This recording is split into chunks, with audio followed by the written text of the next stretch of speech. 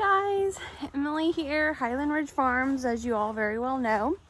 And today is Monday, the day after Christmas. I hope everybody had a great, merry Christmas and everybody stayed warm in this freaking felt like a killer winter storm we got at the very last freaking minute. I know Facebook and the news was full of reports of thousands of people in Ohio being without power, and if you guys or anyone that we know was one of those few people, I hope you all stayed warm and you all had a Merry Christmas, and you know, you got to spend it with your family and your loved ones. And we are all doing good here. As you can see, we got some more snow today. The ground is all covered and it was kind of exciting. We haven't had a white Christmas in a very, very long time, it feels like, and it was nice to have one again. Kind of brings me back to my childhood when we used to get a foot of snow. But I thought I would, on this day that I had off, and it's actually light outside, bring you guys along for chore time. It is that time that I gotta go check on Sweet Pea, make sure she has plenty of water, she has plenty of hay. She gets her 2 scoops of feed, and check on everybody else and make sure everybody else is good. Sounds like the birds are having fun in the barn here. Because of the winter storm, we made sure that we were able to get the tractors and everything that we needed inside the barn to make sure that, well, it wasn't covered in snow and ice. We can get everything started and have access to everything. I don't know if you can hear that, but we got to do something about that this summer with the birds being up in the cables.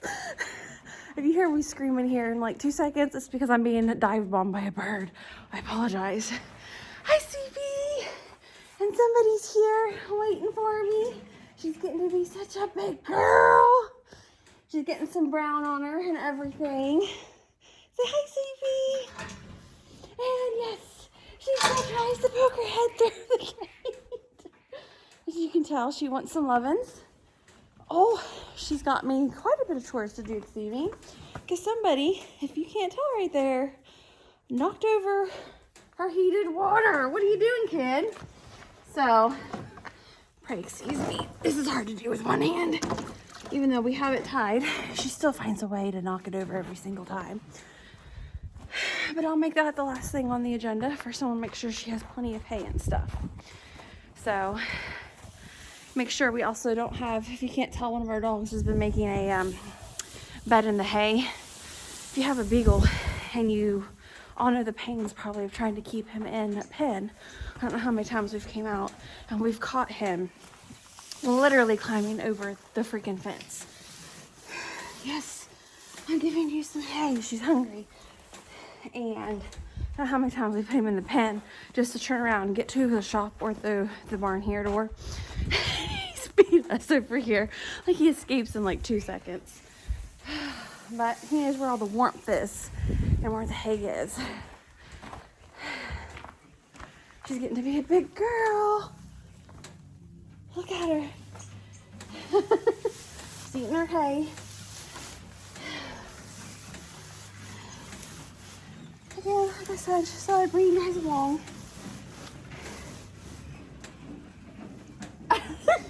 These birds keep freaking me out. We gotta do something about that. Let's get her some grain now. I can't wait until we get this thing cleared out again. Can actually use everything again. That would be amazing. And good news is, Zach, while he had time off, got our Wi-Fi router all hooked up and plugged in. So the next nice day that we get, we hopefully can get the barn cameras up. We purchased 2 barn cameras, kind of like a lightning deal, Black Friday deal off of Amazon. Everybody's favorite place to shop. of course. And they do, his mom ended up getting one for her barn for her goats when it was kidding time. And she had such great luck, we decided to keep an eye out for them. So we have, and we bought two. We're hoping to put one on either end of the barn. That way we can also look out into the corral lot, or we can look out in front of the barn as well. We can keep an eye on the pens, but they do 360, they zoom in and out. We decided on these instead of the blink cameras because of the zoomability. The blink, like indoor, outdoor cameras through Amazon, don't give us the opportunity. Sorry, there was a bird. The opportunity to zoom it in and out like we would like. Let's say I have a cow here in one of these pens giving birth. I couldn't zoom in on that cow giving birth, making sure everything's okay, see anything like that. I could just see what I would see, like as you guys would see me now probably. So wanted something a little bit different. I can zoom in, check things out, all that kind of stuff. The great thing is with its Wi-Fi, you know, I can be at work about an hour or so away, not even probably that, and still be able to check on the kid or the calf or whoever's in there that's having issues at that time. And that was kind of huge to me, you know, with this big winter storm that we had going on. I wanted to make sure that, you know, if we did end up having a cow in here getting ready to have a calf in the middle of the night, I would be able to see them, know what's going on, be able to zoom in. Could I tell from that video, is she having issues? Is she having problems? Do we need to get our butts out here now, like at 2 or 3 o'clock in the morning, and make sure everything's okay? That was really important to me because the safety and the health of our cows is number one to me, and probably into any farmer really. But you know, just another day, another decision of what do we do, what do we choose, and everything. So it's been a challenge. And for all of you who's wondering, since I'm doing the whole water right now, the Richie water is doing great. We had, I think it was like -4, -6 one day here. And I was like, oh gosh, do we need to mess with the thermostat any? Do anything with the thermostat? Are we gonna come out to frozen water? We just kind of had it set where we've had it sat, you know, recommended with the instructions, and came out here, did not have a bit of issue with it. Thankfully, we had no ice water, not thick chunk of ice water, anything. It was just hot, ready to drinkable water for the animals, which was huge. Obviously, like with Sweet Pea here, we got the 5-gallon bucket, heated bucket waters from Tractor Supply Rural King, and we actually had only 2. I knew I needed to get one for her because I wanted to make sure she had no issues with water. Even though she's in the barn, they were still getting ice and everything. So we had 2 that we had for our dogs. So when I went to go pick this one up, something told me that I should probably pick a spare one up just in case. I'm glad I did, because one of the ones for the dogs actually died. It didn't work anymore. So we had to replace that one and everything. So as you can see, I got some of the cows coming in to the corral. They heard me taking care of Sweet Pea here. And, you know, we're just surviving on a farm. And our Carhartts, our thick boots, our thick gloves that are bright neon orange. And just, you know, just trying to take it one day at a time in this cold, frigid weather, you know. It's always fun, they said, to have livestock. As you can see, the rest of everybody, I don't know if you can see or not. Let's see here. Hi, Betty Boop. It's right over there by the hay. She thinks she's gonna get treats. There's 3 hay bales right there that we set right there. That is like their favorite place to lay, stand. They're there all the time. That is their place. So we sat, or at least my husband sat, because I was stuck at work, you guys. I don't have any time left, so I couldn't stay home to help him. He set up 3 hay bales for them to eat, but also he used them as a wind block.